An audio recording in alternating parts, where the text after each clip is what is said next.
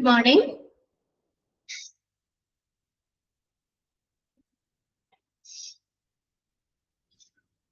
Okay. 14 പേരെ ഉണ്ടായിരുന്നുള്ളൂ കഴിഞ്ഞ ക്ലാസ്സിലും. എല്ലാവരും ബ്രേക്ക്ഫാസ്റ്റ് ഒക്കെ കഴിച്ചിട്ടല്ലേ ക്ലാസ്സിൽ കയറിയിട്ട്? കഴിച്ചല്ലേ? കഴിഞ്ഞ ക്ലാസ് മിലു മിസ് ആയിരുന്നല്ലേ? വേറൊരു ക്ലാസ് അഡ്ജസ്റ്റ് ചെയ്യാൻ വേണ്ടിയിട്ടാണ് കേട്ടോ.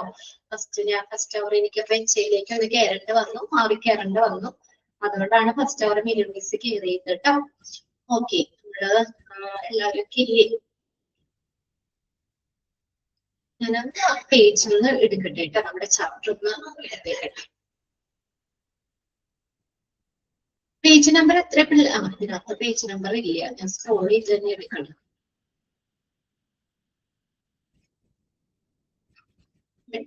ചാപ്റ്റർ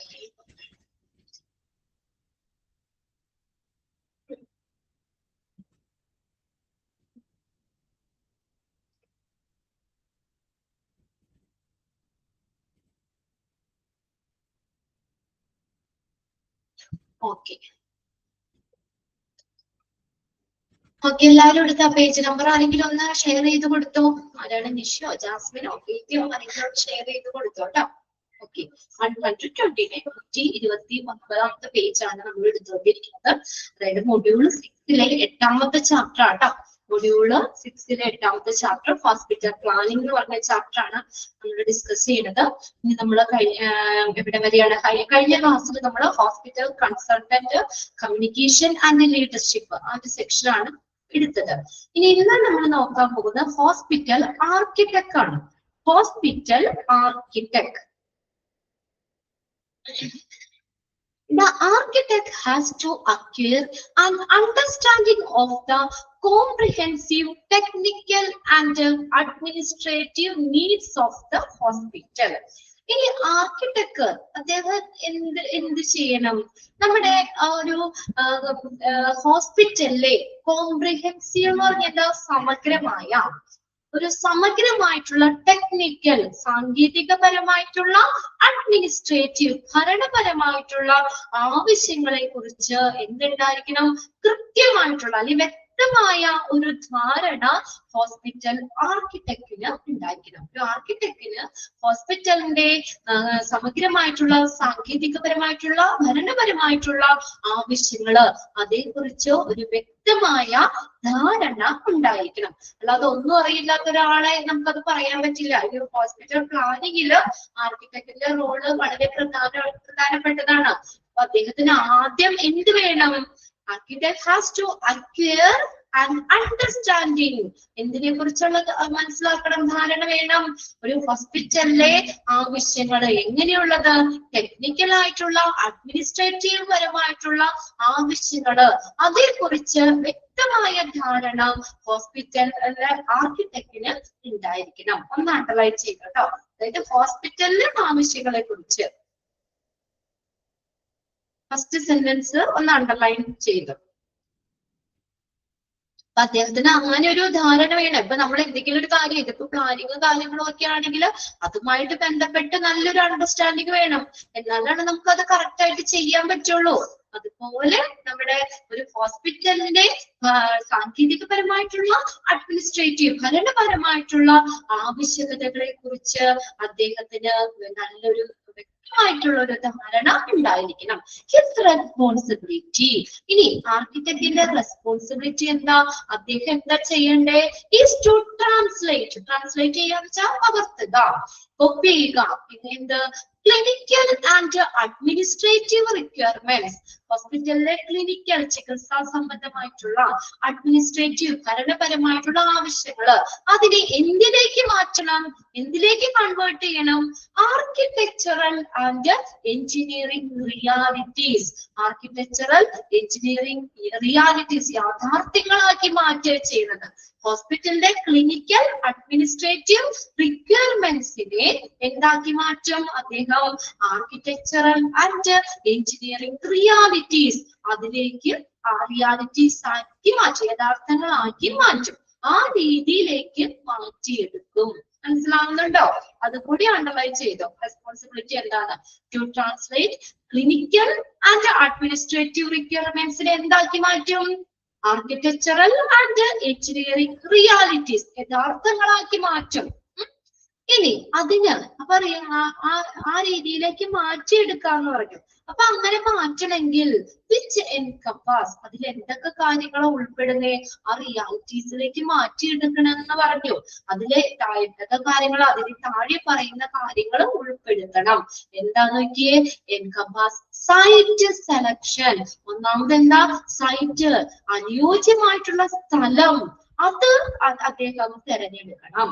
സൈറ്റ് സെലക്ഷൻ ആദ്യം അതല്ലേ വേണ്ടേ? ഒരു ഹോസ്പിറ്റൽ നിർമ്മിക്കാൻ അനുയോജ്യമായിട്ടുള്ള സൈറ്റ് ആണ് നമ്മൾ ആദ്യം നോക്കണേ. അനുയോജ്യമായിട്ടുള്ള സ്ഥലം.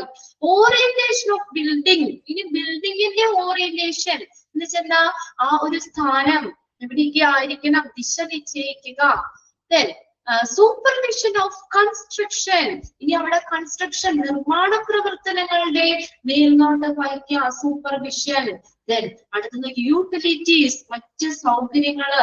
And electrical and mechanical installation. Electrical ആയിട്ടുള്ള മെക്കാനിക്കൽ ആയിട്ടുള്ള ഇൻസ്റ്റോൾ ചെയ്യുക വെച്ച് സ്ഥാപിക്കാം. ഇതെല്ലാം എന്നീ കാര്യങ്ങള് അദ്ദേഹത്തിന്റെ ആ ഒരു റിയാലിറ്റീസിലാക്കി മാറ്റും എന്ന് പറഞ്ഞില്ലേ?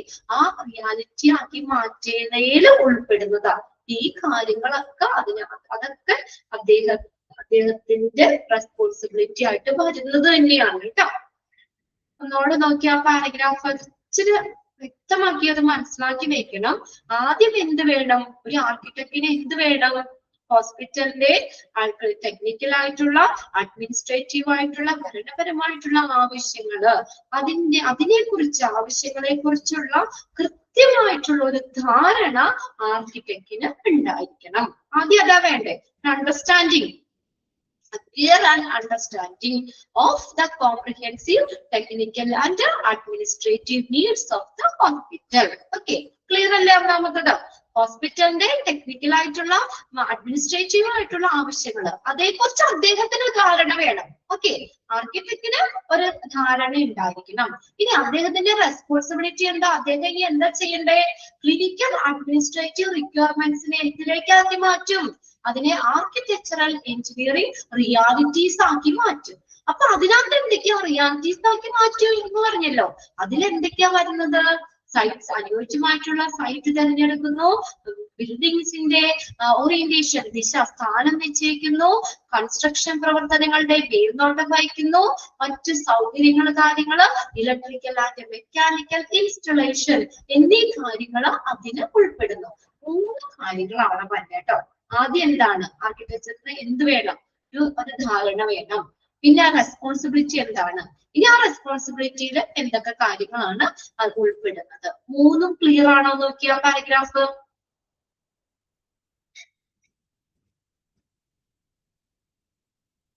നോക്കി എല്ലാവരും. നിഷ, പ്രീത, ജാസ്മിൻ ഒക്കെയാണ്. 3 കാര്യങ്ങളാണ് അതിൽ പറഞ്ഞത്. ആദ്യം ഒരു നല്ലൊരു ധാരണ വേണം.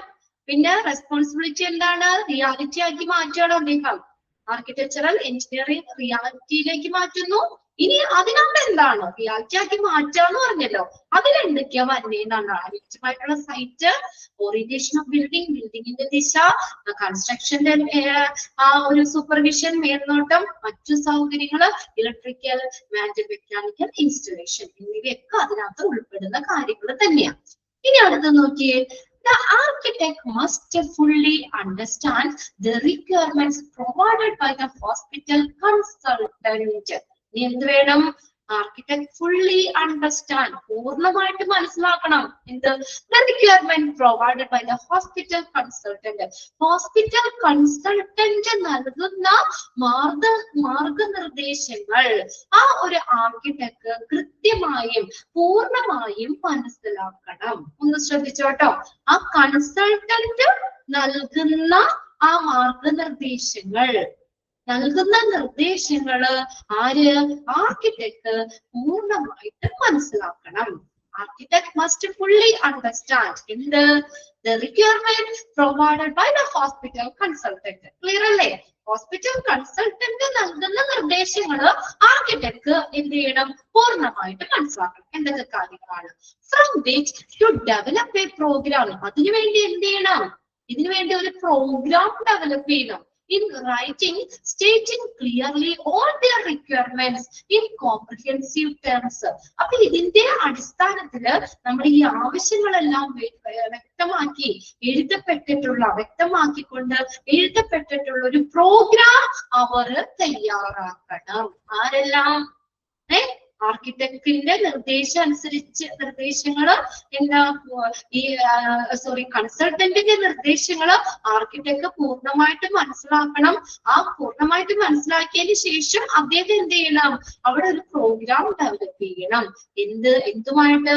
ഇതിന്റെ ആവശ്യങ്ങളെല്ലാം എന്തൊക്കെയാണോ ഇനി വേണ്ടത്, അതിന്റെ ആവശ്യങ്ങളെല്ലാം വ്യക്തമാക്കിക്കൊണ്ട് എഴുതപ്പെട്ടിട്ടുള്ള ഒരു പ്രോഗ്രാം അവര് തയ്യാറാക്കണം. ഈ പ്രോഗ്രാമിൽ എന്തൊക്കെയാ വരുന്നേ? ഒന്ന് നോക്കിയേ. ഈ പ്രോഗ്രാമിൽ എന്തൊക്കെയാ വരുന്നേ? നമ്പർ ഓഫ് ബെഡ്സിന്റെ എണ്ണം, എത്ര ബെഡ്സ് വേണം ഹോസ്പിറ്റലില്, ഡിസ്ട്രിബ്യൂഷൻ വിതരണം, ഡിപ്പാർട്ട്മെന്റൽ നീഡ്സ് ഡിപ്പാർട്ട്മെന്റിന്റെ ആവശ്യങ്ങൾ, area requirement, major equipments, number and type of personnel to be employed, എത്ര സ്റ്റാഫുകൾ വേണം, അത് ഡിപ്പാർട്ട്മെന്റ് ഫംഗ്ഷൻ ആൻഡ് റിലേഷൻഷിപ്പ്. ഇങ്ങനെയുള്ള കാര്യങ്ങൾ എല്ലാവരും എന്ത് വേണം? ആ പ്രോഗ്രാമിനെ വ്യക്തമായി രേഖപ്പെടുത്തണം. ഈ പ്രോഗ്രാമില് താഴെ പറയുന്ന കാര്യങ്ങൾ, ഈ പറയുന്ന കാര്യങ്ങളൊക്കെ വ്യക്തമായിട്ട് രേഖപ്പെടുത്തണം. ഇതാണോ? നോക്കിയേ. അപ്പൊ അവിടെ എന്താ പറഞ്ഞേക്കുന്നേ? കൺസൾട്ടന്റ് കൺസൾട്ടന്റിന്റെ നിർദ്ദേശങ്ങള് ആർക്കിടെക്ട് പൂർണ്ണമായിട്ട് മനസ്സിലാക്കണം. ഓക്കെ, അവിടെ നിർദ്ദേശങ്ങൾ ആരാണ്? കൺസൾട്ടന്റ്. ആ ഹോസ്പിറ്റൽ കൺസൾട്ടന്റ് നൽകുന്ന നിർദ്ദേശങ്ങള് ആർക്കിടെക്ട് പൂർണ്ണമായിട്ട് മനസ്സിലാക്കണം. അത് പൂർണ്ണമായിട്ട് മനസ്സിലാക്കിയിട്ട് എന്ത് ചെയ്യണം? ഒരു പ്രോഗ്രാം അവിടെ ഡെവലപ്പ് ചെയ്യണം. ഓക്കെ, അതിന്റെ അടിസ്ഥാനത്തില്, അതായത് ഈ കൺസൾട്ടന്റ് നൽകിയ നിർദ്ദേശങ്ങള് അതിന്റെ അടിസ്ഥാനത്തില് ആർക്കിടെക്ട് എന്ത് ചെയ്യണം? അതെല്ലാം വ്യക്തമാക്കിക്കൊണ്ട് എഴുതപ്പെട്ട ഒരു പ്രോഗ്രാം തയ്യാറാക്കണം. ആ പ്രോഗ്രാമിൽ എന്തൊക്കെ വേണം? ആ പ്രോഗ്രാമിൽ എന്തൊക്കെയാ വേണ്ടത്? Number of beds, distribution, departmental needs, area requirements, major equipments, number and type of personnel to be employed, department function and relationship. ഇതെല്ലാവരും ആ പ്രോഗ്രാമില് വ്യക്തമായിട്ട് രേഖപ്പെടുത്തിയിരിക്കണം. അത് ഒന്ന് അണ്ടർലൈൻ ചെയ്തു കേട്ടോ. ഫസ്റ്റ് സെന്റൻസും അണ്ടർലൈൻ ചെയ്തു. ഇനി അതിനകത്ത് എന്തൊക്കെയാ ഇൻക്ലൂഡ് ചെയ്തേക്കണെന്നുള്ള കാര്യം ഓക്കെ ആണോ? പാരഗ്രാഫ് കുഞ്ഞു പാരഗ്രാഫാണ്, ഒന്ന് നോക്കിയേ. ഓക്കെ, അത് നിങ്ങൾ അങ്ങനെ കറക്റ്റ് ആയിട്ട് അത് ഫോളോ ചെയ്ത് പോയി കഴിഞ്ഞാൽ ഒരു പ്രശ്നമില്ല. നമ്മൾ ഓരോ കുഞ്ഞു കാര്യം എടുക്കുമ്പോഴേ അത് എടുക്കണത് ഓക്കെ ആക്കി പോവാം. ഇനി അവിടെ എന്താണ്? An architect can be of value only if he has experience of hospital architecture and construction. ഇനി എല്ലാ ആർക്കിടെക്റ്റിനും വാല്യൂ ഇല്ല അവിടെ, കണ്ടോ? എങ്ങനെയുള്ള ഒരു എക്സ്പീരിയൻസ്ഡ് ആയിട്ടുള്ള ആർക്കിടെക്റ്റിനാണ് അവിടെ സ്ഥാനം, അല്ലെങ്കിൽ ഒരു വാല്യൂ ഉള്ളൂ എന്ന്. അങ്ങനെയുള്ള ആളുകൾക്ക് മാത്രല്ലേ ആ ജോലി കൃത്യമായിട്ട് ചെയ്യാൻ പറ്റുള്ളൂ. ആ ഹോസ്പിറ്റൽ പ്ലാനിങ് എന്ന് പറയുന്ന ആ ഒരു ജോലി, ചെയ്യേണ്ട ജോലി ആർക്കൊരു എക്സ്പീരിയൻസ്ഡ് ആയിട്ടുള്ള ഒരാൾക്ക് മാത്രമേ ചെയ്യാൻ പറ്റുള്ളൂ. നമ്മളൊരു വീട് പണിയാണെങ്കിൽ എഞ്ചിനീയറെ നമ്മൾ സെലക്ട് ചെയ്യുമ്പോൾ ഒത്തിരി വീടുകളൊക്കെ ഉണ്ടാക്കി അല്ലെ, ആ ഒരു ഫീൽഡിൽ എക്സ്പീരിയൻസ്ഡ് ആയിട്ടുള്ള ഒരു എഞ്ചിനീയറിനെ അല്ലേ നമ്മൾ ചൂസ് ചെയ്യുള്ളൂ അല്ലേ? നമ്മൾ എപ്പോഴും അങ്ങനെയല്ലേ പ്രിഫറൻസ് കൊടുക്കണം. എന്തെങ്കിലും ഒരു എക്സ്പീരിയൻസ്ഡ് ആയിട്ടുള്ള ആളാണെങ്കിൽ അവർക്കത് പുല്ലാണ്, അവരെന്തോ ഇത് ചെയ്തുകൊണ്ടിരിക്കുകയല്ലേ. അപ്പൊ അവരെന്താ വെച്ചാൽ വളരെ സിസ്റ്റമാറ്റിക് ആയിരിക്കും, ഭയങ്കര ഒരു നല്ല രീതിയിൽ തന്നെ ചെയ്യും. നമ്മൾ അങ്ങനെയുള്ള കാര്യങ്ങൾ നോക്കും. ഇവിടെ നമ്മൾ ഒരു ആർക്കിടെക്റ്റിനെ, എങ്ങനെയുള്ള ആർക്കിടെക്റ്റിനെ വാല്യൂ ഉള്ളൂ? എല്ലാവർക്കും ഇല്ല. എങ്ങനെയുള്ളവർക്കാണ്? ഹോസ്പിറ്റൽ ആർക്കിടെക്ചർ ആൻഡ് കൺസ്ട്രക്ഷൻ, അതായത് അതില് എക്സ്പീരിയൻസ്ഡ് ആയിട്ടുള്ള ഒരു ആർക്കിടെക്റ്റിന് മാത്രമേ വാല്യൂ ഉള്ളൂ. അണ്ടർലൈൻ ചെയ്ത ആ sentence. Hospital architecture and construction, അതിൽ എക്സ്പീരിയൻസ്ഡ് ആയിട്ടുള്ള ഒരു ആർക്കിടെക്റ്റിന് മാത്രമേ വാല്യൂ ഉള്ളൂ. There are specialist architects employed at a central area, state government level, in the ministry and the Department of Health for workers in government sectors. ഇനി ഇവിടെ നോക്കിയേ, അതായത് നമ്മള് ഇങ്ങനെ കേന്ദ്ര സംസ്ഥാനങ്ങളിലോ പിന്നെ അതുപോലെ തന്നെ സർക്കാർ തലങ്ങളിലുള്ള മിനിസ്ട്രി മന്ത്രാലയങ്ങളിലോ ഹെൽത്തിന്റെ ഡിപ്പാർട്ട്മെന്റ് ഓഫ് ഹെൽത്തിന്റെ ഡിപ്പാർട്ട്മെന്റിലോ ഒക്കെ ജോലികൾക്കായിട്ട് പ്രത്യേകം ആർക്കിടെക്റ്റുകളെ നിയമിക്കാറുണ്ട്. എവിടെയൊക്കെ state government level in the ministry or department of health for workers in government സെക്ടേഴ്സിലൊക്കെ എന്താണ് ഒരു ആർക്കിടെക്റ്റിനെ നമ്മളത് സ്പെഷ്യലിസ്റ്റ് ആർക്കിടെക്റ്റിനെ നമ്മൾ അവിടെ നിയമിക്കാറുണ്ട്. അതിന് വേണ്ടിയിട്ട് സ്പെഷ്യലൈസ്ഡ് ആയിട്ടുള്ള അതില് നമ്മൾ എക്സ്പീരിയൻസ് ആയിട്ടുള്ള ഒരു ആർക്കിടെക്റ്റിനെ നിയമിക്കാറുണ്ട്. കേന്ദ്ര സംസ്ഥാന സർക്കാർ തല മന്ത്രാലയങ്ങളിലോ അല്ലെങ്കിൽ ഡിപ്പാർട്ട്മെന്റ് ഓഫ് ഹെൽത്ത് അതിലോ ജോലികൾക്കായിട്ട് പ്രത്യേകം ആർക്കിടെക്റ്റുകളെ നമ്മൾ നിയമിക്കാറുണ്ട്. Then in recent years, architects which hospital experience have also become available in the open market. ഇപ്പൊ നമ്മൾ ഓപ്പൺ മാർക്കറ്റിൽ ഇഷ്ടം പോലെ എക്സ്പീരിയൻസ്ഡ് ഉള്ള ആർക്കിടെക്റ്റുകൾ അവൈലബിൾ ആണെന്ന് പറഞ്ഞേക്കുന്നത്. ഈ റീസെന്റ് ഇയർ സമീപ വർഷങ്ങളായിട്ട് ഓരോ വർഷവും എത്രത്തോളം ആളുകളാണല്ലേ പഠിച്ചിറങ്ങുന്നത്. അതുകൊണ്ട് നമ്മുടെ മാർക്കറ്റില് ഇഷ്ടംപോലെ ആളുകള് ഇപ്പോ ഈ സമീപ വർഷങ്ങളില് ഈ ഒരു ഫീൽഡില് എക്സ്പീരിയൻസ് ഉള്ള ആളുകള് ഓപ്പൺ മാർക്കറ്റില് അവൈലബിൾ ആണ്. അതിനകത്ത് ഫസ്റ്റ് സെന്റൻസ് അണ്ടർലൈൻ ചെയ്താൽ മതി കേട്ടോ.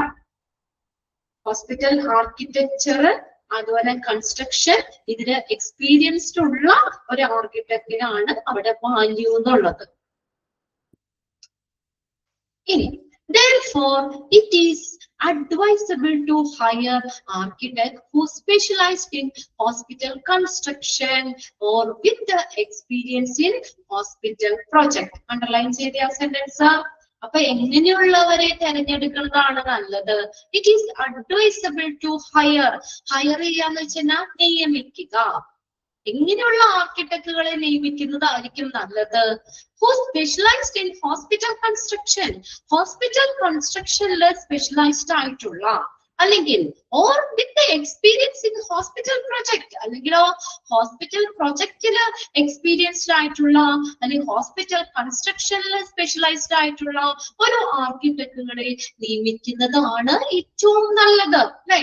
അവരെ തിരഞ്ഞെടുക്കുന്നതാണ്. ഇപ്പൊ ഹോസ്പിറ്റലിലെ നിർമ്മാണത്തിന് നമ്മൾ ഇങ്ങനെയുള്ളവരെ ഹോസ്പിറ്റൽ കൺസ്ട്രക്ഷനിൽ സ്പെഷ്യലൈസ്ഡ് ആയിട്ടുള്ളത് അല്ലെങ്കിൽ ഹോസ്പിറ്റൽ പ്രൊജക്ടിന് എക്സ്പീരിയൻസ്ഡ് ആയിട്ടുള്ളവരെ തിരഞ്ഞെടുക്കുന്നത് തന്നെയാണ് എന്താണ് ഏറ്റവും ഉചിതമായിട്ടുള്ളത്. അപ്പൊ അങ്ങനെയുള്ളവർക്ക് അങ്ങനെ എക്സ്പീരിയൻസ്ഡ് ആയിട്ടുള്ളവർക്ക് എന്താ പറ്റുക?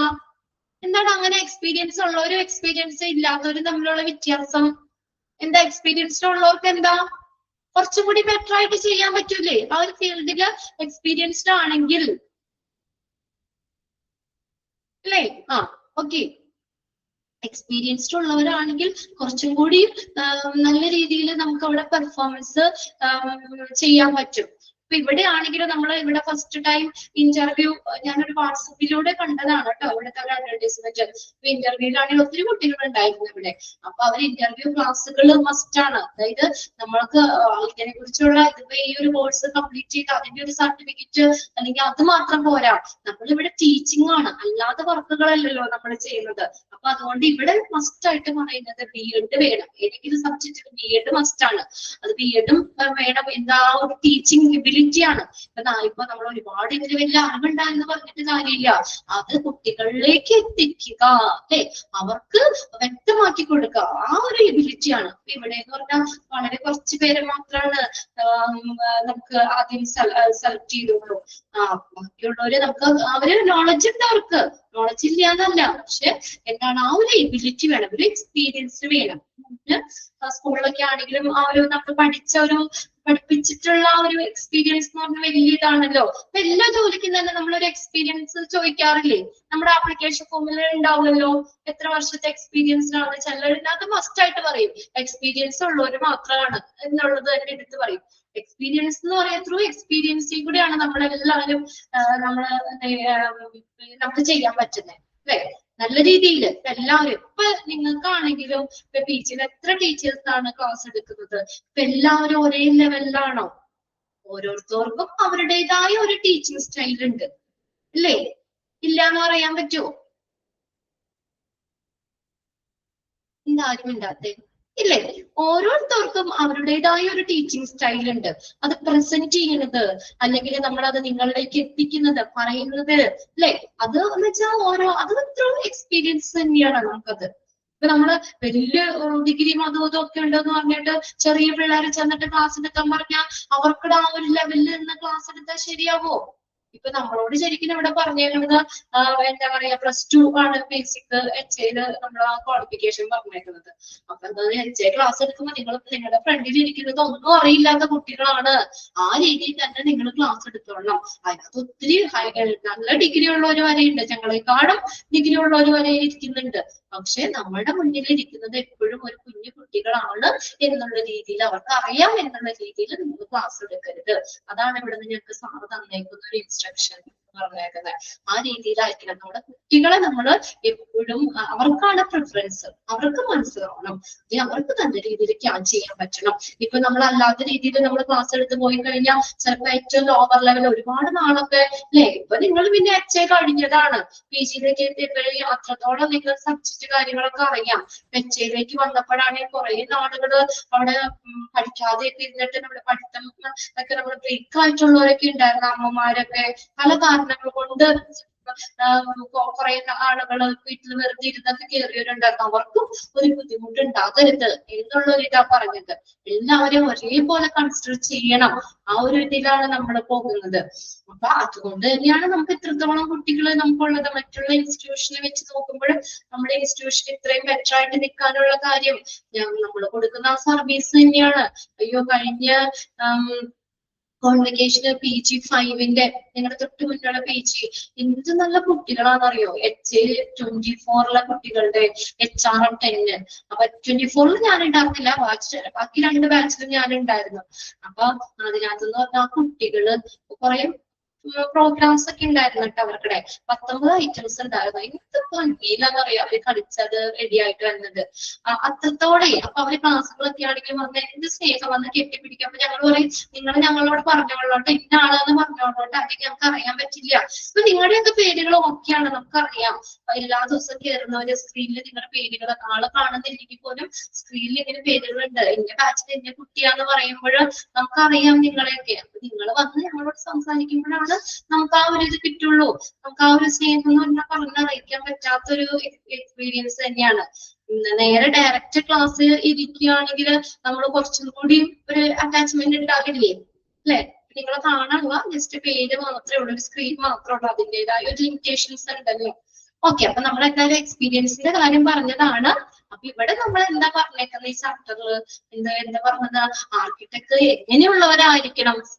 ഹോസ്പിറ്റൽ കൺസ്ട്രക്ഷനില് സ്പെഷ്യലൈസ്ഡ് ആയിട്ടുള്ള, ഹോസ്പിറ്റൽ പ്രോജക്റ്റില് എക്സ്പീരിയൻസ്ഡ് ആയിട്ടുള്ള ഒരു ആർക്കിടെക്ട് അദ്ദേഹത്തെ തിരഞ്ഞെടുക്കുന്നത് തന്നെയാണ് ഏറ്റവും ഉചിതം. അണ്ടർലൈൻ ചെയ്യണം കേട്ടോ.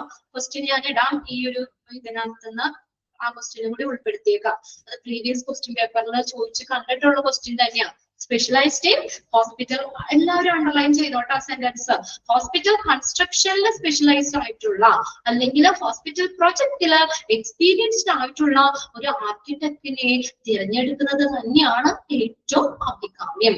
As the project goes on, architect and the engineers without previous experience in hospital building can be employed in an executive capacity but detrimental to the project. എന്താ ഈ ഇനിയിപ്പോ നമ്മൾ പറഞ്ഞു ഈ project goes on architect and engineers without previous experience. ഇനി experience ഇല്ലാത്ത ഒരു architect എഞ്ചിനീയറിന്റെ കൈകൊണ്ട് കൂടിയാണ് ഈ പ്രൊജക്ട് പോകണമെങ്കിലോ, ഇനി ഹോസ്പിറ്റൽ ബിൽഡിംഗ് ആ ഒരു പ്രൊജക്ട് നമ്മൾ ഹോസ്പിറ്റൽ പ്ലാനിങ് ആ ഒരു പ്രൊജക്ട് എന്താണ് ഹോസ്പിറ്റൽ പ്രൊജക്ട് പോകുന്നതെങ്കിലോ എക്സ്പീരിയൻസ്ഡ് ഇല്ലാത്ത വിത്തൗട്ട് പ്രീവിയസ് എക്സ്പീരിയൻസ്, ഈ ഒരു മേഖലയിൽ ഇതിന് മുന്നേ ഒരു എക്സ്പീരിയൻസും ഇല്ല, അങ്ങനെ ഇല്ലാത്ത ഒരു ആർക്കിടെക്റ്റിന്റെയോ അല്ലെങ്കിൽ എഞ്ചിനീയറിന്റെയോ കയ്യിൽ കൂടിയാണ് ഈ ഹോസ്പിറ്റൽ പ്രോജക്റ്റ് പോണെങ്കിൽ എന്ത് പറ്റുമെന്നാ പറഞ്ഞേക്കണേ? Can be employed in executive capacity but detrimental to the project. എന്ത് പറ്റും? ആ പ്രോജക്റ്റിന്റെ സുഗമമായ നടത്തിപ്പിനെ ദോഷകരമായിട്ട് അത് ബാധിക്കും. എക്സ്പീരിയൻസ്ഡ് ഉള്ളവർക്ക് തന്നെയാ നമ്മൾ അതുകൊണ്ട് അവരെ തന്നെ നമ്മൾ തിരഞ്ഞെടുക്കുന്നത്. എക്സ്പീരിയൻസ് ഉള്ളവരെ തിരഞ്ഞെടുക്കുന്നതാണ് ഉചിതം എന്ന് നമ്മൾ പറഞ്ഞു. ഇനി പ്രൊജക്ട് അങ്ങനെ എക്സ്പീരിയൻസ്ഡ് ഇല്ലാത്തവര്, പ്രീവിയസ് എക്സ്പീരിയൻസ് ഇല്ലാത്ത ആർക്കിടെക്റ്റിന്റെയോ അല്ലെങ്കിൽ എഞ്ചിനീയറിന്റെയോ കയ്യിൽ കൂടെയാണ് ഈ ഹോസ്പിറ്റൽ പ്രൊജക്ട് പോകുന്നതെങ്കിൽ എന്ത് പറ്റും? അത് ആ ഒരു പ്രൊജക്ടിന്റെ സുഗമമായിട്ടുള്ള നടത്തിപ്പിനെ ദോഷകരമായിട്ട് ബാധിക്കും. അണ്ടർലൈൻ ചെയ്യണം കേട്ടോ ഫസ്റ്റ് സെന്റൻസ് അതില്. ഇനി അടുത്ത ഓക്കെ അല്ലേ ആ പാരഗ്രാഫും? ഇനി ഇവിടെ നോക്കിയേ. Generally, a hospital project goes through the following phase. ഒരു ഹോസ്പിറ്റൽ പ്രൊജക്ട് പോകുന്ന ഫേസുകളാണ്. അതിന് ഫസ്റ്റ് ഫേസ് ഏത്, സെക്കൻഡ് ഫേസ് ഏത്, ലാസ്റ്റ് ഫേസ് ഏത്? അപ്പൊ അങ്ങനെ തന്നെ ചോദിക്കാട്ടോ. ഒരു ഹോസ്പിറ്റൽ പ്രൊജക്ടിന്റെ first phase of a hospital project is dash. ഏതാണ്? ഇൻസെപ്ഷൻ. നിങ്ങൾ അതാ ഓർഡർ അങ്ങനെ തന്നെ പഠിച്ചു വെക്കണം കേട്ടോ മക്കളെ. വേറെ ഒന്നും ഡീറ്റെയിൽ ഒന്നും ഇല്ല നമുക്ക് അവിടെ. അത് ഞാൻ ജസ്റ്റ് ഒന്ന് മെൻഷൻ ചെയ്യുന്നുള്ളൂ. നിങ്ങൾക്ക് ഡീറ്റെയിൽ ആയിട്ടൊന്നും അവിടെ പഠിക്കണ്ട. ആ ഫേസുകൾ 6 ഫേസും നിങ്ങൾ പഠിച്ചു വെക്കണം. പ്രീവിയസ് ക്വസ്റ്റ്യൻ പേപ്പറിൽ കാണാറുണ്ട് ഇതിനകത്തുനിന്ന് ക്വസ്റ്റ്യൻ. ഏതെങ്കിലും ഒരു ഫേസ് എങ്കിലും അവർ ചോദിക്കാറുണ്ട് കേട്ടോ. അത്രത്തോളം ഇമ്പോർട്ടന്റ് തന്നെയാണ്. ഒരു ഹോസ്പിറ്റൽ പ്രൊജക്ട് പോകുന്ന പല ഫേസുകൾ ഏതൊക്കെ? എത്ര ഫേസ് ഉണ്ട്? 9 ഫേസിന്റെ കടന്നു പോകുന്നത്. ഒന്നാമത്തെ നോക്കിയേ, ഇൻസെപ്ഷൻ. ഇൻസെപ്ഷൻ എന്ന് പറഞ്ഞു കഴിഞ്ഞാൽ എന്താണ്? നമ്മുടെ തുടക്കം, അതിന്റെ ഒരു ആശയ രൂപീകരണം, പ്രൊജക്റ്റിനെ കുറിച്ചുള്ള പ്രാഥമിക ചിന്തകളും അതുപോലെ ലക്ഷ്യങ്ങളും ഒക്കെ നിശ്ചയിക്കുന്ന ഘട്ടമാണ് ഒന്നാമത്തെ ഇൻസെപ്ഷൻ. Inception INCEPTION inception. അവിടെ വേണമെങ്കിൽ ഒന്ന് എഴുതി വെച്ചോ, തുടക്കം അല്ലെങ്കിൽ ആശയ രൂപീകരണം. ഒരു പ്രൊജക്ട് എന്നുള്ളൊരു ഇത് നമ്മുടെ ഐഡിയ വരണ്ടേ നമുക്ക് ഹോസ്പിറ്റൽ പ്രൊജക്ട്. അപ്പൊ അതിനകത്തുള്ള ഐഡിയകള്, പ്രൊജക്റ്റിനെ കുറിച്ചുള്ള നമ്മുടെ ഫസ്റ്റത്തെ ചിന്തകൾ എന്തൊക്കെ വേണം, അല്ലെങ്കിൽ എങ്ങനെയുള്ള ഹോസ്പിറ്റൽ ആയിരിക്കണം എന്നൊക്കെ നമ്മൾ അത് പ്ലാൻ ചെയ്യുമല്ലോ. പ്രാഥമിക ചിന്തകളും ലക്ഷ്യങ്ങളും നിശ്ചയിക്കുന്ന ഘട്ടമാണ് ഫസ്റ്റ് ഫേസ് ആണ്. അപ്പൊ ഇങ്ങനെ തന്നെ ചോദിക്കാട്ടോ. First phase of hospital project is dash. ഏതാണ്? ഇൻസെപ്ഷൻ. അതിന്റെ ഒരു തുടക്കം അല്ലെങ്കിൽ ആശയ രൂപീകരണം, ആലോചന അല്ലെ? അതാണ് ആദ്യം. രണ്ടാമത്തെയാണ് ഫീസിബിലിറ്റി സ്റ്റഡി. സെക്കൻഡ് ഏതാ? സാധ്യതാ പഠനം. ഫീസിബിലിറ്റി സ്റ്റഡീസ് എന്ന് വെച്ചാൽ എന്താ? സാധ്യതാ പഠനം. അത് വേണമെങ്കിൽ ഒന്ന് മലയാളത്തിൽ എഴുതി വെച്ചോട്ട്, അറിയില്ലാത്തവരുണ്ടെങ്കിൽ. സാധ്യതാ പഠനം അതായത് നമ്മൾ എന്താണ് നോക്കണത്? ആ പ്രൊജക്ട് പ്രായോഗികമാണോ, സാമ്പത്തികമായും സാങ്കേതികമായിട്ടും ഒക്കെ ഇത് ലാഭകരമാണോ എന്ന് പരിശോധിക്കുന്ന ഘട്ടം. നമ്മളാണെങ്കിലും എന്തെങ്കിലും നമ്മൾ പുതിയ തുടങ്ങാൻ ഒരു പ്രൊജക്ട് നമ്മൾ തുടങ്ങാൻ ആദ്യം ആസൂത്രണം ചെയ്തു അല്ലെ? അതിന്റെ ഒരു തുടക്കം, അതിന്റെ ഒരു ആലോചന വന്നു. അത് കഴിഞ്ഞിട്ട് നമ്മൾ എന്ത് ചെയ്യും? അത് നമ്മൾ ഒന്നുകൂടി നമ്മൾ ചിന്തിക്കും അല്ലെ? അത് നമ്മൾ ഇതിങ്ങനെ തുടങ്ങിക്കഴിഞ്ഞാൽ നമുക്ക് ലാഭം ഉണ്ടാവുമോ? ഇപ്പൊ നമ്മളാണെങ്കിലും പുതിയ പുതിയ ബിസിനസ് തുടങ്ങുമ്പോ നമ്മളൊന്ന് ആലോചിക്കൂലേ? ആദ്യം അത് ചിന്തിച്ചു, നമ്മള് അതിനെ കുറിച്ച് ചിന്തിച്ചു.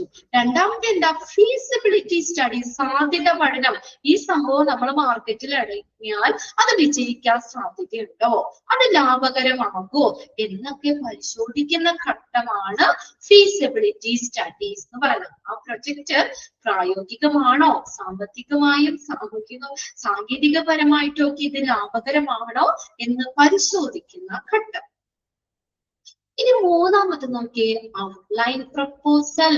ഔട്ട്ലൈൻ പ്രപ്പോസൽ എന്ന് പറഞ്ഞാൽ രൂപരേഖ നിർദ്ദേശിക്കുക. അതിന്റെ ഒരു ഔട്ട്ലൈൻ, രൂപരേഖ, ഔട്ട്ലൈൻ ഉണ്ടാക്കുകയാണ്. ഔട്ട്ലൈൻ ഔട്ട്ലൈൻ പ്രപ്പോസൽ, രൂപരേഖ പ്രപ്പോസ് ചെയ്യുക, നിർദ്ദേശിക്കുക. പ്രൊജക്ടിന്റെ ഏകദേശ രൂപവും ആവശ്യങ്ങളും ഉൾപ്പെടുത്തിക്കൊണ്ട് ഒരു പ്രൈമറി പ്ലാൻ തയ്യാറാക്കും. എന്താണ് അവിടെ? പ്രൊജക്ടിന്റെ ഏകദേശ രൂപവും ആവശ്യങ്ങളും ഒക്കെ ഉൾപ്പെടുത്തിക്കൊണ്ട് ഒരു പ്രൈമറി പ്ലാൻ തയ്യാറാക്കും. പ്രൈമറി പ്ലാൻ തയ്യാറാക്കും. വേണമെങ്കിൽ ഒന്ന് എഴുതി വെച്ചോട്ടോ അവിടെ. ഒരു പ്രൈമറി പ്ലാൻ തയ്യാറാക്കുകയാണ്. അതാണ് ഔട്ട്ലൈൻ. Outline proposal. നമ്മളാണെങ്കിൽ എന്തെങ്കിലും ചെയ്യാൻ ഒരു ഔട്ട്ലൈൻ ആക്കി വെക്കൂലേ?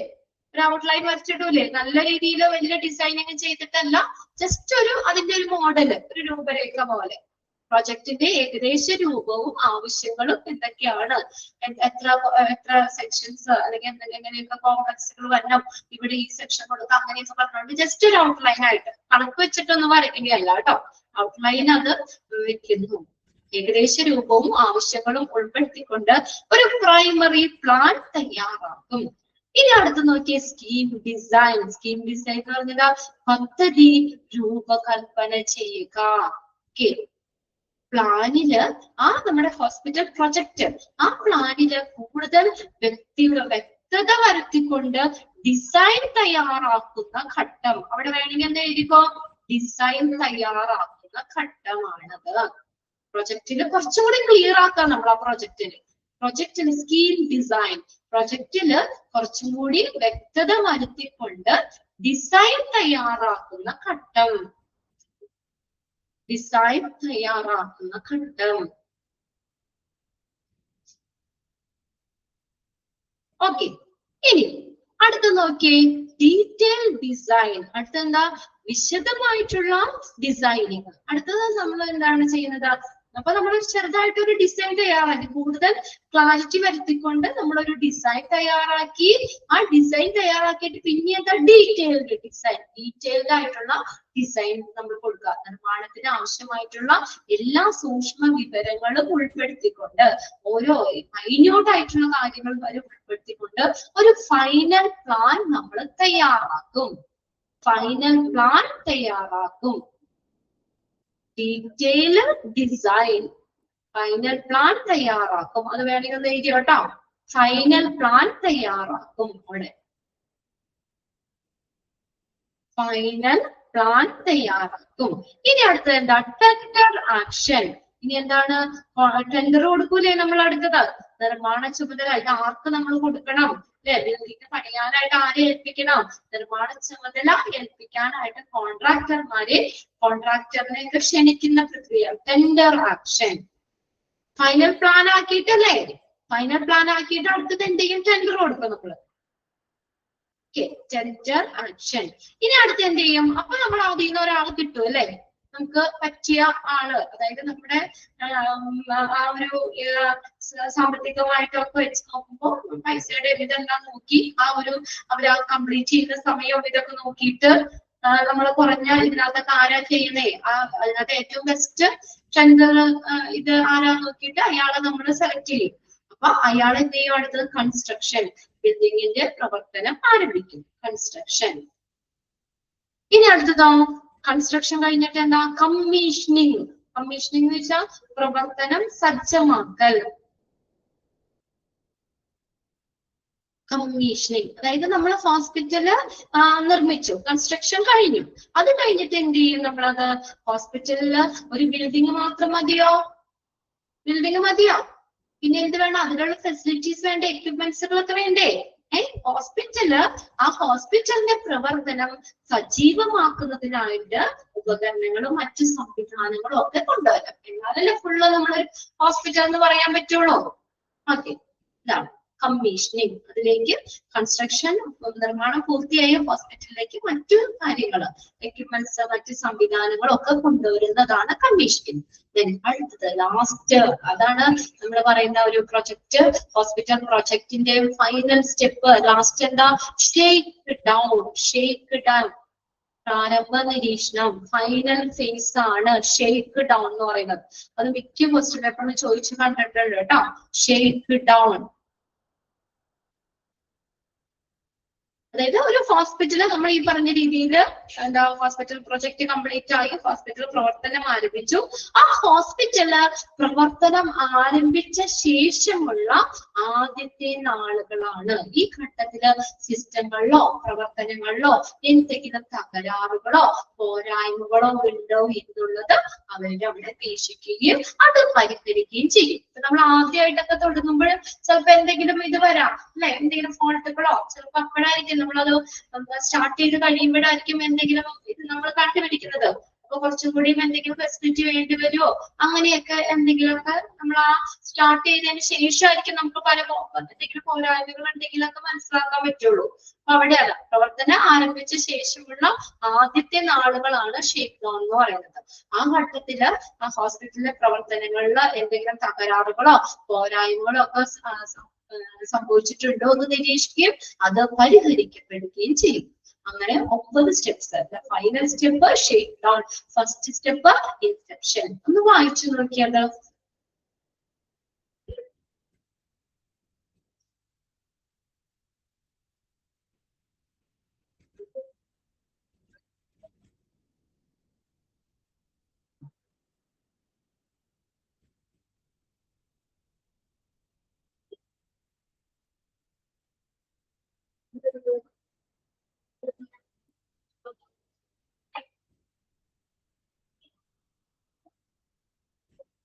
വായിച്ചു നോക്കട്ടോ.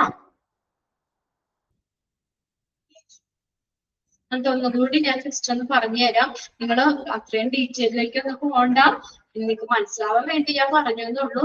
ഫസ്റ്റ് സ്റ്റെപ്പ്, സെക്കൻഡ് സ്റ്റെപ്പ് ഏതാ, തേർഡ് സ്റ്റെപ്പ് ഏതാ, അങ്ങനെ ഏത് സ്റ്റെപ്പ് ചോദിച്ചാലും ഫൈനൽ സ്റ്റെപ്പ് ഏത്, ഫൈനൽ ഫേസ് ഏത് ഏതാണെന്നുള്ളതൊക്കെ മനസ്സിലാക്കി വെക്കണം അവിടെ.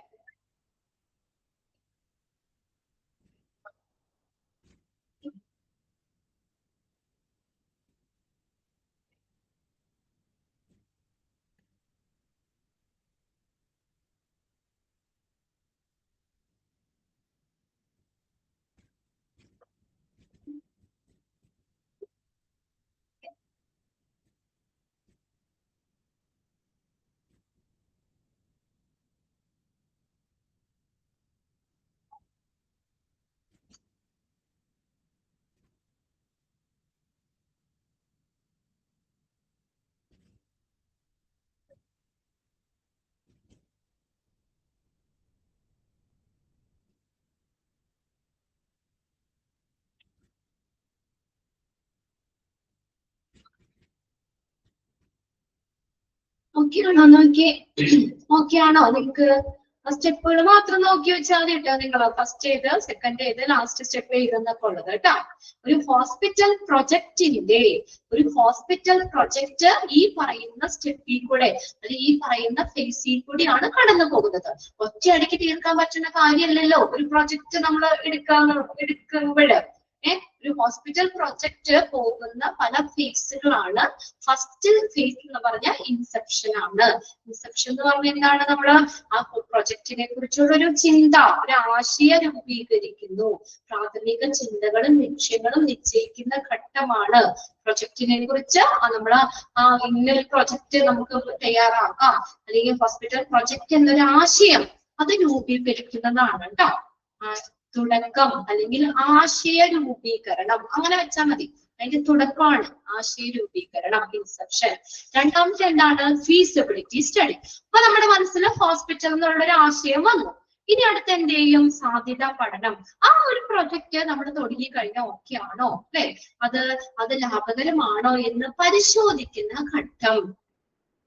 പ്രായോഗികമാണോ, സാമ്പത്തികമായിട്ടും സാങ്കേതികമായിട്ടും ഒക്കെ ഇത് ലാഭകരമാണോ എന്നൊക്കെ പരിശോധിക്കുന്ന ഘട്ടം. പിന്നെ അടുത്ത് എന്ത് ചെയ്യുന്നു? ഒരു ഔട്ട്ലൈൻ പ്രപ്പോസൽ, ഔട്ട്ലൈൻ രൂപരേഖ തയ്യാറാക്കും. അതൊക്കെ ആലോചിച്ചപ്പോ നമുക്ക് ഓക്കെ ആണ്, നമുക്ക് തുടങ്ങി കഴിഞ്ഞാൽ ഓക്കെ ആണെന്ന് മനസ്സിലായി കഴിഞ്ഞു. ഇനി അടുത്തത് എന്ത് ചെയ്യും? നമ്മുടെ ഔട്ട്ലൈൻ ആണ്. ഔട്ട്ലൈൻ പ്രപ്പോസൽ പ്രൊജക്ടിന്റെ ഏകദേശ രൂപവും ആവശ്യങ്ങളും ഒക്കെ ഉൾപ്പെടുത്തിക്കൊണ്ട് ഒരു പ്രൈമറി പ്ലാൻ തയ്യാറാക്കും. ആദ്യത്തെ പ്രൈമറി പ്ലാൻ തയ്യാറാക്കും. ഇനി അടുത്തത് എന്താണ്? ഡിസൈൻ ആണ്, സ്കീം ഡിസൈൻ. ആ പദ്ധതി രൂപകൽപ്പന വരുത്തും. അത് കുറച്ചും കൂടി വ്യക്തമാക്കിക്കൊണ്ട് എന്ത് ചെയ്യുന്നു? ഔട്ട്ലൈൻ ആണ് ആദ്യം നമ്മൾ ചെയ്തത്. അത് കഴിഞ്ഞിട്ട് എന്ത് ചെയ്യും? Scheme design. കുറച്ചും കൂടി വ്യക്തത വരുത്തിക്കൊണ്ട് ഒരു ഡിസൈൻ തയ്യാറാക്കും. ഇനി അടുത്ത ഡീറ്റെയിൽ ഡിസൈൻ. അത് ഒരു ഫൈനൽ പ്ലാൻ അവിടെ തയ്യാറാക്കും. എല്ലാ വശങ്ങളും സൂക്ഷ്മമായ വശങ്ങളും ഒക്കെ പരിശോധിച്ചുകൊണ്ട് എന്ത് ചെയ്യുന്ന ഒരു ഫൈനൽ പ്ലാൻ ഫൈനൽ പ്ലാൻ അവിടെ തയ്യാറാക്കും. പിന്നെ നമ്മൾ എന്ത് ചെയ്യും? ടെൻഡർ കൊടുക്കും. അത് ടെൻഡർ കഴിഞ്ഞിട്ട് അത് ആരാന്ന് വെച്ചാൽ ബെസ്റ്റ് ഇതാണ് നോക്കിയിട്ട് കൺസ്ട്രക്ഷൻ ആരംഭിക്കും. എന്നിട്ട് കൺസ്ട്രക്ഷൻ കഴിഞ്ഞിട്ട് കമ്മീഷനിങ്. കമ്മീഷനിങ് എന്ന് പറഞ്ഞാൽ എന്താ? നമ്മള് ആ ഹോസ്പിറ്റല് നിർമ്മിച്ചു. അത് കഴിഞ്ഞിട്ട് ഇനി ബാക്കിയുള്ള സംഭവങ്ങൾ വേണ്ടേ? അവിടെ എക്യുപ്മെന്റ്സോ ഫെസിലിറ്റി ഒക്കെ നമുക്ക് ആവശ്യത്തിന് വേണ്ടേ? അപ്പൊ അത് മറ്റു സംവിധാനങ്ങളൊക്കെ ഒരുക്കുന്ന ഘട്ടമാണ് കമ്മീഷനിങ് എന്ന് പറയുന്നത്. ഹോസ്പിറ്റൽ ബിൽഡിംഗ് മാത്രം പോരല്ലോ, അത് നല്ല രീതിയിൽ പ്രവർത്തിക്കാനായിട്ട് എന്തും കൂടി വേണം? എന്തും കൂടി വേണം? അവിടെ മറ്റു ഫെസിലിറ്റീസും കൂടി ആക്കും. ഇനി അടുത്തത് ലാസ്റ്റ് ഷേക്ക് ഡൗൺ എന്ന് പറയുന്നത്. ഷേക്ക് ഡൗൺ എന്ന് പറഞ്ഞാൽ എന്താ? ഈ പ്രവർത്തനം ആരംഭിച്ച ശേഷമുള്ള അസസ്മെന്റ് ആണ്.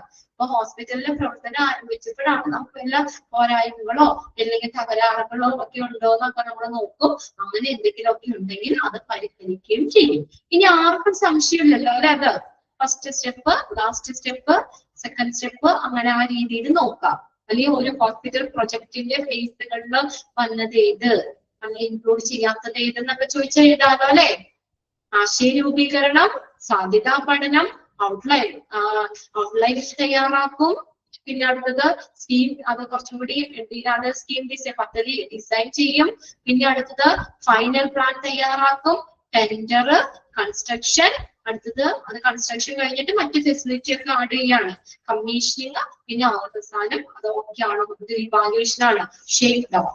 ഓക്കെ അല്ലേ പിള്ളേരെ? ആർക്കെങ്കിലും സംശയം ഉണ്ടോ? ഓക്കെ. ഇനി അടുത്തത് നോക്കിയേ. These phases can be grouped in the following 6 stages from A to F, with the evaluation as the last stage. അപ്പൊ ഇതിനകത്ത് നമുക്ക് ഉണ്ടായിരുന്നു തന്നെ ആയോണ്ട് അങ്ങനെ കിടന്നോട്ടെ കേട്ടോ. നമ്മൾ ഇതിന് വേണേ ചുരുക്കി നമുക്കൊരു 6th സ്റ്റേജിലേക്ക് പറയാം. ഫ്രം A to F വരെ ഉള്ള 6 സ്റ്റേജ് വരാം. അങ്ങനെ നമുക്ക് ഗ്രൂപ്പാക്കി തിരിക്കാം. ഇത് അതിനകത്ത് ഏറ്റവും അവസാനം എന്താണ്? അവിടെ ഇവാലുവേഷൻ ആണ്. Evaluation as the last stage. അപ്പൊ ആ 6th സ്റ്റേജിൽ ലാസ്റ്റ് സ്റ്റേജ് എന്ന് പറയുന്നത് ഇവാലുവേഷൻ ആണ്. ഇനി അടുത്തത് അവിടെ കൊടുത്തേക്കുന്നത് നോക്കിയേ. Different stages in building and promoting a new hospital. അതൊന്ന് വലുതാക്കാം. നിങ്ങളുടെ ടെക്സ്റ്റിലെ അവിടെ ഇട്ടേക്കുന്നത് നിങ്ങൾക്ക് കാണാൻ പറ്റണ്ടോ? അത് ആ ഒരു മാക്സിമം ഞാൻ സൂം ചെയ്തിട്ടുണ്ടാവും.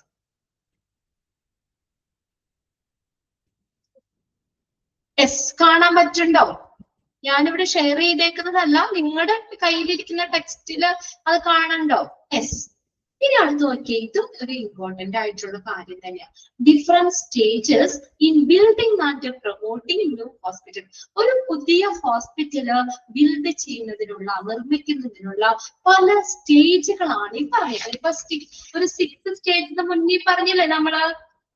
സ്റ്റേജ് ഫേസ് ആണ് 9 ഫേസ് ആക്കി നമ്മൾ 9 എന്ന് പറഞ്ഞു. ഇനി 6th സ്റ്റേജുകളാണ് ഇവിടെ വരുന്നത് കേട്ടോ. ഒരു ഹോസ്പിറ്റൽ ബിൽഡിംഗ് ലാസ്റ്റ് വേണമെങ്കിൽ നമുക്ക് ന്യൂ ഹോസ്പിറ്റൽ എന്ന് പറഞ്ഞു കൊടുക്കാം. പക്ഷെ 6th സ്റ്റേജ്, 6 സ്റ്റേജുകളാണ് ഈ പറഞ്ഞേക്കുന്നത്.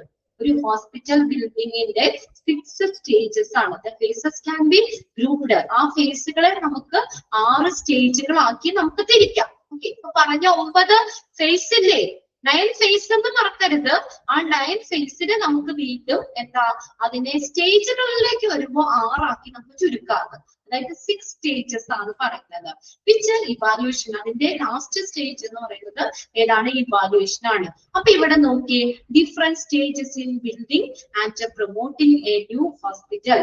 The schema of building. Schema എന്ന് പറഞ്ഞാൽ പ്ലാൻ ആണ് കേട്ടോ. SCHEMA, plan. പ്ലാൻ എന്നാണ് അത് ഉദ്ദേശിച്ചത്. Schema of building a hospital. The schema of A building hospital begins with dash. ആരംഭിക്കുന്നത് ഏതാണ്? അങ്ങനെ ചോദിക്കാം. പ്രീവിയസ് ക്വസ്റ്റ്യൻ പേപ്പറിൽ ചോദിച്ച സെയിം ക്വസ്റ്റ്യൻ ആണ്. ഞാൻ ഇത് അവിടെ നിന്ന് നോട്ട് ചെയ്തതാ. നിങ്ങൾക്ക് ഇത് എടുക്കുമ്പോ തന്നെ പറഞ്ഞു തരാലോ എന്ന് വിചാരിച്ചത്. ക്വസ്റ്റ്യൻ എങ്ങനെയാണ് കേട്ടോ അവിടെ കിടന്നത്. ക്വസ്റ്റ്യൻ ചോദിച്ച question, the schema of building a hospital begins with the dash. ഏതിലാണ് ആരംഭിക്കുന്നത്? ഒരു ഹോസ്പിറ്റൽ ബിൽഡിംഗ് അതിന്റെ പ്ലാൻ അത് ആരംഭിക്കുന്നത് ആ സ്റ്റേജുകളാണ് കേട്ടോ. അതില് ഒന്നാമത്തെയാണ് ഒറിജിനേറ്റർ ഓഫ് ദ ഐഡിയ. ഇപ്പൊ ഞാനുണ്ടല്ലോ പറയുമ്പോഴേ നിങ്ങൾ ഒരു കാര്യം ചെയ്യണം. ആ നിങ്ങളുടെ ടെക്സ്റ്റില് അത് 1 നമ്പർ ഇട്ട് വെക്കാം. അപ്പൊ ഇങ്ങനെ നോക്കിയിട്ട് നിങ്ങൾക്ക് എന്തെങ്കിലും ഒരു ഐഡിയ കിട്ടുന്നുണ്ട് അവിടെ? കുറെ കാര്യങ്ങളും കൊടുത്തിട്ടുണ്ട്. അതിന് കുറെ എന്താണ് ലൈൻസും ഇട്ട് കണക്ട് ഒക്കെ ചെയ്ത് വെച്ചിട്ടുണ്ട്. ഇങ്ങനെ നോക്കുമ്പോ ഒന്നും നമുക്ക് മനസ്സിലാവില്ല. അപ്പൊ നിങ്ങൾക്ക് പഠിക്കാൻ എളുപ്പത്തില് ഇത് നിങ്ങൾ മനസ്സിലാക്കി വെക്കണം. ഇതിന് ക്വസ്റ്റ്യൻസ് ഒരുപാട് ചോദിച്ചില്ലെങ്കിൽ പോലും നമ്മൾ എന്തായാലും ഒന്ന് മനസ്സിലാക്കിയിരിക്കണം. ഈ ഹോസ്പിറ്റൽ പ്ലാനിംഗ് എന്ന് പറയുമ്പോൾ ഈ പോർഷൻ നമുക്ക് ഒഴിച്ചുകൂടാൻ പറ്റില്ല. അത്രത്തോളം ഇമ്പോർട്ടന്റ് ആണ്. ഇത് മുഴുവനും നമ്മൾ ഹോസ്പിറ്റലിന്റെ പ്ലാനിങ് എങ്ങനെയാണ്? Plan of building a hospital. ഒരു ഹോസ്പിറ്റൽ നിർമ്മിക്കുന്നതിനുള്ള പ്ലാൻ ആണ് ഈ പറഞ്ഞേക്കുന്നത്. അതിന്റെ പല സ്റ്റേജുകളാണ് പറഞ്ഞേക്കുന്നത് കേട്ടോ. Different stages in building and promoting A new hospital. ഒന്നാമത്തെ സ്റ്റേജ് ഏതാണ്? Originator of the idea. അവിടെ എല്ലാവരും ടെക്സ്റ്റില് 1 നമ്പർ ഇട്ട് വെക്കുക. Originator of the idea. അതായത് നമ്മളൊരു ഹോസ്പിറ്റല് ഡിസൈൻ ചെയ്ത് അത് ഈ റിയാലിറ്റിയിലേക്ക് എത്തിക്കണ്ടേ? ആ ഹോസ്പിറ്റലായിട്ട് അവിടെ വരണ്ടേ? ഒരു ബിൽഡിംഗ് വരണ്ടേ? നമ്മൾ ആലോചന തുടങ്ങും. അയ്യോ എനിക്ക് ലോട്ടറി അടിച്ചു, എനിക്ക് കുറെ പൈസ കിട്ടി, അപ്പൊ എന്റെ മനസ്സിലൊരു ആലോചന വന്നു, ഒരു ഹോസ്പിറ്റൽ നിർമ്മിക്കാം എന്നൊരു ആലോചന ഞാൻ വന്നു. അത് മുതൽ ആ ഹോസ്പിറ്റൽ യഥാർത്ഥമാകണ്ടേ? അങ്ങനെ ഒരു ബിൽഡിംഗ് അവിടെ ആക്കണ്ടേ? അതുവരേക്കുള്ള പല സ്റ്റെപ്പുകളാണ് ഈ ഒരു പിക്ചറിൽ നമുക്ക് പറഞ്ഞേക്കണത്. അപ്പൊ ഒന്നാമത്തത് എന്താണ്? Originator of the idea. ആശയത്തിന്റെ ഉത്ഭവം. ഒരു ഹോസ്പിറ്റൽ നിർമ്മിക്കുക എന്ന ആദ്യ ആശയം, ഒരു ഹോസ്പിറ്റൽ നിർമ്മിക്കുക എന്നുള്ളൊരു ഐഡിയ, അതിന്റെ ആദ്യ രൂപീകരണമാണ് ഈ ഘട്ടത്തിൽ നടന്നത്. ഒരു ഹോസ്പിറ്റലിന്റെ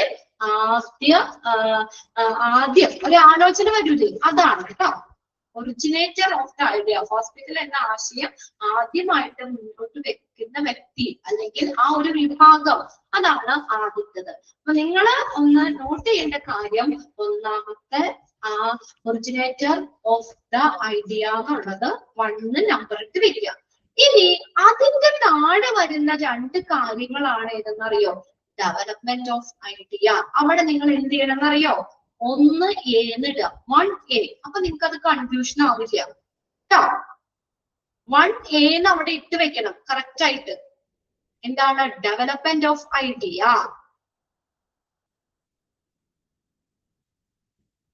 ഡെവലപ്മെന്റ് ഓഫ് ഐഡിയ എന്നുള്ളത് എന്തിട്ടു? 1A ഇട്ടില്ലേ? അവിടെ എന്താണ്? ആശയം എങ്ങനെ നമ്മൾ നടപ്പിലാക്കണം എന്നതിനെ കുറിച്ചുള്ള പ്രാഥമിക ആലോചനകൾ നടത്തുന്നു. ഇവിടെ ആലോചിക്കുകയാണ് ഇത് എങ്ങനെ നടപ്പിലാക്കണം. ഒരു ഹോസ്പിറ്റൽ നിർമ്മിക്കുക എന്നൊരു ആശയം അത് എങ്ങനെ നടപ്പിലാക്കണം എന്നതിനെ കുറിച്ചുള്ള ഐഡിയാസ് ഡെവലപ്പ് ചെയ്യും. നമുക്ക് ഏത് രീതിയിലൊക്കെ ഇത് നടപ്പിലാക്കാം എന്നുള്ള ഐഡിയ ഡെവലപ്പ് ചെയ്യും. ഇതിന്റെ ഡീറ്റെയിൽ ഞാനൊന്നും പറയുന്നുള്ളൂ. നിങ്ങൾക്കത് നോട്ട് ചെയ്യണമെന്നുണ്ടോ? അതിന്റെ ആവശ്യമില്ല, നോട്ട് ചെയ്യേണ്ട ആവശ്യമില്ല. വേണമെങ്കിൽ ഷോർട്ട് ചെയ്ത് വേണമെങ്കിൽ ഒന്ന് മനസ്സിലാക്കാം. അതായത് എങ്ങനെ നടപ്പിലാക്കണം എന്നതിനെ കുറിച്ചുള്ള പ്രാഥമിക ആലോചനകൾ അവിടെ നടക്കും. ഇനി അവിടെ നിങ്ങളിട്ടെ 1B സപ്പോർട്ട് ഗ്രൂപ്പ്. ഇനി എന്തുണ്ട്? ഈ ആശയത്തെ സപ്പോർട്ട് ചെയ്യുന്ന, മുന്നോട്ട് കൊണ്ടുപോകാനായിട്ട് ഒരു സപ്പോർട്ട് ഗ്രൂപ്പും വേണം. ഒരാള് മാത്രം വിചാരിച്ചാൽ പറ്റുമോ? ഇതിപ്പോ ഒരു ഹോസ്പിറ്റൽ ബിൽഡ് ചെയ്യാന്ന് പറഞ്ഞാൽ ഒരാള് മാത്രം വിചാരിച്ചാൽ പറ്റണില്ല. അപ്പൊ എന്ത് ചെയ്യണോ? നമുക്കൊരു ആശയം നമ്മുടെ മനസ്സിൽ വന്നു, അത് കഴിഞ്ഞിട്ട് ആ ഒരു ആശയം എങ്ങനെ നടപ്പിലാക്കണം എന്നതിനെ കുറിച്ചുള്ള പ്രാഥമികമായിട്ടുള്ള ആലോചന നമ്മളിലേക്ക് വന്നു. ആലോചന നടക്കണം. അത് കഴിഞ്ഞിട്ട് എന്തും കൂടി വേണം നമ്മുടെ കൂടെ? അതിനെ സപ്പോർട്ട് ചെയ്യുന്ന ഒരു ഗ്രൂപ്പും കൂടി വേണം, സപ്പോർട്ട് ഗ്രൂപ്പ്. ഈ ആശയത്തെ പിന്തുണയ്ക്കാനും ഒരു മുന്നോട്ട് കൊണ്ടുപോകാനും എന്ത് വേണം? ഒരു സഹായ സംഘം, ഒരു സപ്പോർട്ട് ഗ്രൂപ്പിനെ അവിടെ രൂപീകരിക്കുന്നു. ക്ലിയർ ആണോ? ഒരു സപ്പോർട്ട് ഗ്രൂപ്പിനെ രൂപീകരിക്കുന്നു. അത്രയും നിങ്ങൾ നോക്കാം. 1 നമ്പർ ഇട്ടു. ആ നിങ്ങളുടെ അവിടെ കളേർഡ് തന്നെയാണ് പിള്ളേരുടെ ടെക്സ്റ്റില് കളേർഡ് ചെയ്തിട്ടില്ലേ? ബ്ലൂവിന് കൊടുത്തിട്ടില്ലേ? അതാണ് 1. Originator of the idea. അതിന്റെ രണ്ട് സബായിട്ട് 1A 1B ഏതാണ് അവിടെ അതിന്റെ വരുന്നത് development of idea, support group. ഇത് ഓക്കെ ആണോ നോക്കി ആദ്യം.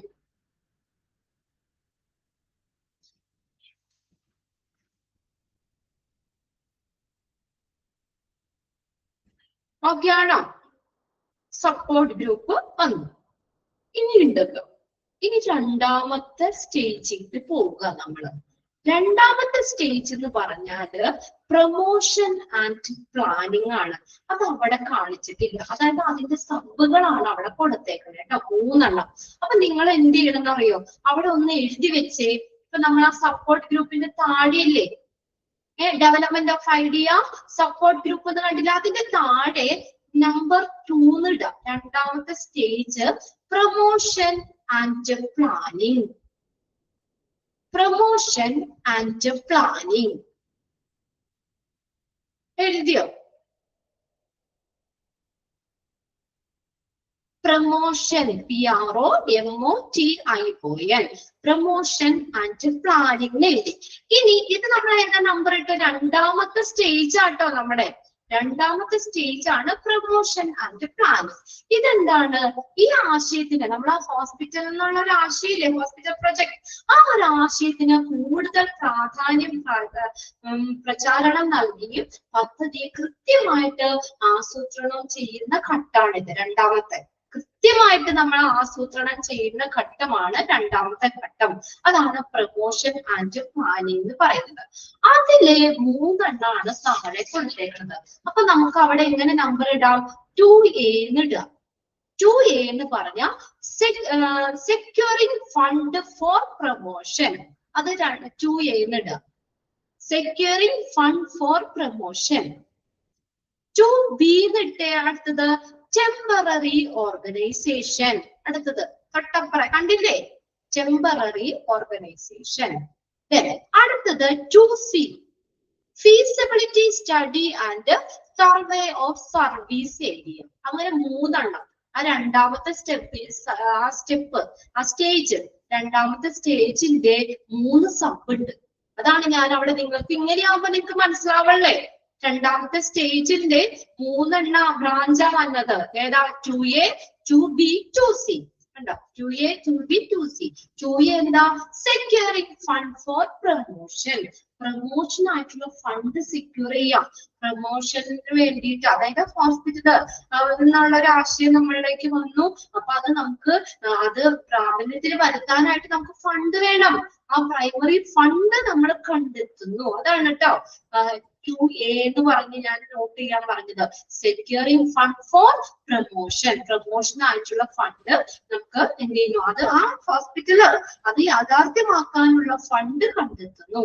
പിന്നെ രണ്ടാമത് നോക്കിയാൽ 2B എന്താ? Temporary organisation.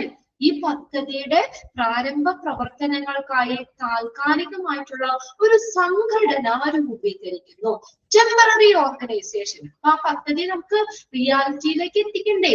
അതിനു വേണ്ടിയിട്ട് എന്താ, സ്ഥിരമായിട്ടൊന്നുമല്ല, ആ പ്രൊജക്ട് തീരുന്നവരേക്കും നമ്മൾ ഒരു ടെമ്പററി ഓർഗനൈസേഷൻ, താൽക്കാലികമായിട്ടുള്ള സംഘടന രൂപീകരിക്കുന്നു. ഇനി അടുത്ത് നോക്കിയേ 2C എന്താ? Feasibility study and survey of service area. Feasibility എന്ന് പറഞ്ഞാൽ സാധ്യതാ പഠനം. ഹോസ്പിറ്റൽ തുടങ്ങാൻ ഉദ്ദേശിക്കുന്ന സ്ഥലത്തെ ആരോഗ്യ ആവശ്യങ്ങളെ കുറിച്ചും അതുപോലെ പദ്ധതിയുടെ പ്രായോഗികതയെ കുറിച്ചും വ്യക്തമായിട്ടുള്ള പഠനവും സർവേയും നടത്തുന്നു. അവിടുത്തെ സാധ്യത എങ്ങനെയാണ്, ആ ഹോസ്പിറ്റലിൽ അവിടെ എത്തിക്കുന്നത് കൊണ്ട് അവിടുത്തെ പ്രദേശത്തെ ജനങ്ങൾക്ക് അല്ലെങ്കിൽ അവരുടെ ആരോഗ്യ ആവശ്യങ്ങള് ഇതൊക്കെ മുൻനിർത്തിക്കൊണ്ട് ആ ഹോസ്പിറ്റൽ, അതാണ് നമ്മുടെ ലക്ഷ്യം അല്ലെ. അപ്പൊ അതിന് വ്യക്തമായിട്ടുള്ള അതിന്റെ പ്രായോഗികതയെ കുറിച്ചൊക്കെ വ്യക്തമായിട്ടുള്ള പഠനവും സർവേയും നടത്തുക. അത് രണ്ടാമത്തെ സ്റ്റേജ്. 2A 2B 2C. ഇപ്പൊ 2 സ്റ്റേജാ നമ്മൾ ഇന്ന് പറഞ്ഞോളൂ. കിട്ടിയോ? ഒന്നാമത്തെ സ്റ്റേജ് ഏതാണ്? Originator of the idea. ആ ഐഡിയയുടെ ഒറിജിനേറ്റർ. ഒരു ആശയം നമ്മൾ ആരുടെ മനസ്സിലാണോ, അല്ലെങ്കിൽ ഗ്രൂപ്പ് ഒരാളോ ഒരു കൂട്ടം ആളുകളുടെ മനസ്സിൽ വരുന്ന ഒരു ആശയമായിരിക്കാം അത്. അതിനെ 2ആയിട്ട് നമ്മൾ ഡിവൈഡ് ചെയ്ത് പറഞ്ഞു. ഏതാണ്? ഡെവലപ്മെന്റ് ഓഫ് ഐഡിയ ഉണ്ട്, അതിനൊരു സപ്പോർട്ട് ഗ്രൂപ്പ് ഉണ്ട്. Development of idea, support group. അത് രണ്ട് പേരിൽ വരുന്ന ഒറിജിനേറ്റർ ഓഫ് ദ ഐഡിയ അതിന്റെ സബായിട്ട് വരുന്നതാണ്. അതുകൊണ്ടാണ് ഞാൻ 1A 1B ഇടാ പറഞ്ഞത്. ഇനി രണ്ടാമത്തെയാണ് പ്രമോഷൻ ആൻഡ് പ്ലാനിങ്. അത് രണ്ടാമത്തെ സ്റ്റേജ് ആണ്. അവിടെ ഇല്ല, നമ്മുടെ ടെക്സ്റ്റിൽ ഇല്ല. നിങ്ങൾ അതൊന്ന് എഴുതി വെക്കണം അവിടെ. പ്രമോഷൻ ആൻഡ് പ്ലാനിങ് അതിനെ നമ്മൾ 3 ആക്കിയിട്ടുണ്ട്. ഏതൊക്കെയാ? പ്രമോഷൻ ആൻഡ് പ്ലാനിങ്ങിൽ എന്താ? Securing fund four promotion, fund നമ്മൾ സെക്യൂർ ചെയ്യുക. പിന്നെ അതിനുവേണ്ടി ഒരു ടെമ്പററി ഓർഗനൈസേഷൻ നമ്മൾ സ്ഥാപിക്കുക. സ്ഥിരമായിട്ടല്ല, ടെമ്പററി ആണ്, താൽക്കാലികം. 2A 2B. ഇനി 2C എന്താ പറഞ്ഞിരിക്കണേ? അതിന് വേണ്ടിയിട്ടുള്ള സാധ്യതാ പഠനങ്ങൾ, സർവേ അല്ലെ, സർവേ ഓഫ് സർവീസ് ഏരിയ, അതാണ് 2C. ക്ലിയർ അല്ലേ? അത്രയും ആ പിക്ചർ അവിടെ അത്രയും നിൽക്കട്ടെ കേട്ടോ. ബാക്കി നമുക്ക് അടുത്ത ക്ലാസ്സിൽ നോക്കാം. അങ്ങനെ പോകുമ്പോൾ നിങ്ങൾക്ക് ആ ഒരു പിക്ചർ കംപ്ലീറ്റ് ആയിട്ട് നിങ്ങൾക്ക് മനസ്സിലാവും. അല്ലാതെ വെറുതെ ഞാൻ ഇങ്ങനെ പറഞ്ഞു പോയി കഴിഞ്ഞാൽ നിങ്ങൾക്ക് ഒരു ഐഡിയയും കിട്ടില്ല. അതുകൊണ്ടാണ് ഞാൻ ഇതിനെ ഈ ഒരു രീതിയിലേക്ക് ആ 6 സ്റ്റേജുകളായിട്ടും അതിന്റെ സബും പ്രത്യേകം ആക്കി പറഞ്ഞത് കേട്ടോ. നമുക്കിതൊരു ഐഡിയ വേണം. ഒന്നില്ലെങ്കിൽ ആ ഓരോ സ്റ്റേജിന്റെ കീഴിൽ വരുന്നത് ഏതാണെന്ന് വ്യക്തമാക്കി മനസ്സിലാക്കണം. ടെസ്റ്റിൽ ചുമ്മാ അങ്ങോട്ടും ഇങ്ങോട്ടും കുറച്ച് വരയെ കുറിയൊക്കെ ഇട്ട് വെച്ചപ്പോഴോട് നമുക്കതിനൊരു കൃത്യത കിട്ടില്ല. നമുക്കത് കൃത്യമായിട്ട് കിട്ടില്ല. ഒന്നാമത്തെ സ്റ്റേജിന്റെ 2 എണ്ണം കിട്ടിയല്ലോ. രണ്ടാമത്തെ ആ സ്റ്റേജ് നമ്മൾ എഴുതി വെച്ചു. അതിന്റെ സബാണ് 3 എണ്ണം. അതുകൊണ്ടാണ് അത് നിങ്ങൾക്ക് ഐഡന്റിഫൈ ചെയ്യാനാണ് ഞാൻ 2A 2B 2C എന്ന് പറഞ്ഞ അത് 3 എണ്ണം നോട്ട് ചെയ്യാൻ പറഞ്ഞത്. ഇനി അടുത്ത ദിവസം നമുക്ക് 3ാമത്തെ സ്റ്റേജിലേക്ക് പോകാം കേട്ടോ. അതും ഇങ്ങനെ നമുക്ക് സബ് ഇട്ട് തന്നെ എഴുതി വെക്കാം. അപ്പൊ അങ്ങനെ മൊത്തം വരുമ്പോഴത്തേക്ക് ആ പിക്ചറിലുള്ള എല്ലാം അതിനകത്ത് ഇൻക്ലൂഡഡ് ആവും കേട്ടോ. അപ്പൊ അവിടെ ഇവിടെയൊക്കെ കുറെ കാര്യങ്ങൾ എഴുതി വെച്ചേക്കുന്നതുകൊണ്ട് നമുക്കത് കറക്റ്റ് ആക്കി അറിയാൻ പറ്റില്ല. ഇങ്ങനെയാവുമ്പോൾ നിങ്ങൾക്ക് ഒരു കൃത്യത കിട്ടും. ഓക്കെ, ബാക്കി നമുക്ക് അടുത്ത ക്ലാസ്സിൽ നോക്കാം കേട്ടോ. എന്തായാലും നമ്മൾ ആ ചാപ്റ്റർ എടുക്കുമ്പോൾ നമുക്ക് ഈ ഒരു സംഭവം മനസ്സിലാക്കി വെക്കണം കേട്ടോ. ഓക്കെ, നെക്സ്റ്റ് ക്ലാസ്സിൽ കാണാം. Okay, thank you. പ്രശ്നോടെങ്കിൽ എല്ലാവർക്കും തൊണ്ടവേദന എടുക്കുന്ന പിള്ളേരെ ഞാൻ ഇപ്പൊ എല്ലാ ക്ലാസ്സിലും പറയാറുണ്ട്. വെള്ളിയാഴ്ച ആകുമ്പോഴത്തേക്ക് നമുക്ക് ആകെ സൗണ്ട് ഇത്രയും ക്ലാസ്സുകൾ ഇനിയിപ്പോ നാളെ മറ്റന്നാളും ഒരു റെസ്റ്റ് ആവണല്ലോ വോയിസ്. അത് കഴിയുമ്പോ നമുക്ക് കുഴപ്പമില്ല. വെള്ളിയാഴ്ചത്തെ ക്ലാസ് കൂടി വ്യാഴാഴ്ച ആകുമ്പോഴത്തേക്കും തുടങ്ങും ശരിക്കും ഒരു തൊണ്ടവേദന. വെള്ളിയാഴ്ചയ്ക്ക് കൂടെ വരുമ്പോഴത്തേക്ക് നല്ല ഇതാണ്. ഓക്കെ, ഇനിയിപ്പോ എന്തായാലും നമുക്ക് അടുത്ത ട്യൂസ്ഡേ അല്ലേ നമുക്കുള്ളത്, ട്യൂസ്ഡേ കാണാം കേട്ടോ. അപ്പൊ ബാക്കിയിട്ട് നമുക്കത് കംപ്ലീറ്റ് ചെയ്യാം. Okay, by.